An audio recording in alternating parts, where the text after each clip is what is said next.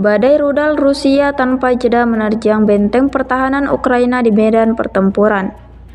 Dibuktikan pada sebuah rekaman yang ramai beredar di media sosial Telegram pada Selasa 10 September 2024. Dalam rekaman tersebut memperlihatkan momentum militer Rusia melancarkan serangan rudal di tengah pengoperasian beberapa kendaraan militer Ukraina. Serangan rudal Rusia meluluhlantahkan semua yang ada di titik target. Ledakan demi ledakan terus terjadi seperti yang terlihat dalam rekaman, hingga video ini beredar beragam komentar dituliskan warganet.